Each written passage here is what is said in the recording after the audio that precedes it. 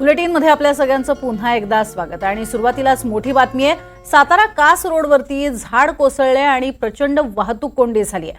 तर महाबळेश्वरच्या तापोळा रस्त्यावरती सुद्धा दरड कोसळली आहे। दोन्ही ठिकाणची वाहतूक ही काही तासांसाठी ठप्प झाली आहे। घाट परिसरामध्ये दरड आणि झाड कोसळण्याच्या घटनांमध्ये वाढ होतीये। सातारा कास रोडवरती झाड कोसळले आणि दुसरीकडे महाबळेश्वर तापोळा रस्त्यावरती दरड कोसळली आहे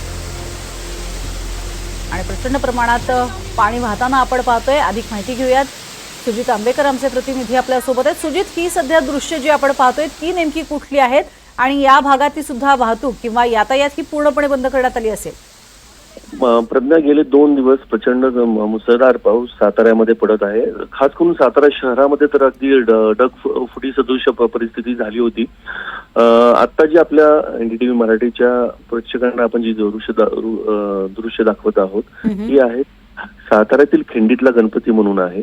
हा जो खिंडीतला गणपती हा बरोबर अजिंक्यतारा किल्ल्याच्या पायथ्याशी आहे आणि हा जो सगळा परिसर आहे या भागामध्ये तर इतका प्रचंड पाऊस झाला होता की आपण बघू शकता दृश्यांमध्ये अगदी अशी लाटाच्या लाटा, म्हणजे ते म्हणजे आतापर्यंत या मंदिराच्या आसपास एवढा पाऊस कधी झालेला मला स्वतःला आठवत नाहीये। त्यामुळे गेल्या 2-4 दिवसांमध्ये झालेला प्रचंड पाऊस, त्यामुळं जसं आपण सांगितलं की कास भागाच्या रोडवरती पण झाड पडलेलं आहे किंवा तापोळ्यामध्येही दरड कोसळलेली आहे। या सगळ्या ज्या घटना आहेत ह्या मुसळधार पावसामुळे होत आहेत। खरं तर एनडीटीव्ही मराठीने या बाबतीत दरडीच्या बाबतीत एक विशेष वृत्तांतही सादर केला होता की सातारा जिल्ह्यातले अनेक सगळे असे महाबळेश्वर आणि तापोळा परिसरामध्ये असे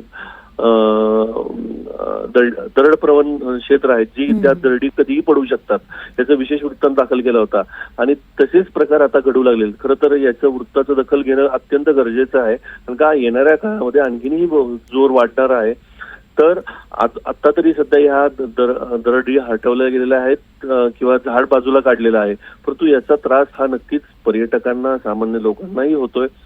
पण भविष्यात जर मोठ्या प्रमाणात जर दरडी कोसळल्या, अशी जर घटना घडल्या तर याचा परिणाम नक्कीच पर्यटनावर होईल आणि नागरिकांनाही त्रासाचा सामना करावा लागेल। प्रज्ञाची नक्कीच तर योग्य त्या उपाययोजना खरं तर करणं आता गरजेचं आहे आणि त्यासाठी प्रयत्न हे होतील तर अर्थातच असा फायदा हा सर्वसामान्य तिथल्या स्थानिकांना सुद्धा होईल आणि त्याचबरोबरीनं येणाऱ्या पर्यटकांना सुद्धा होईल।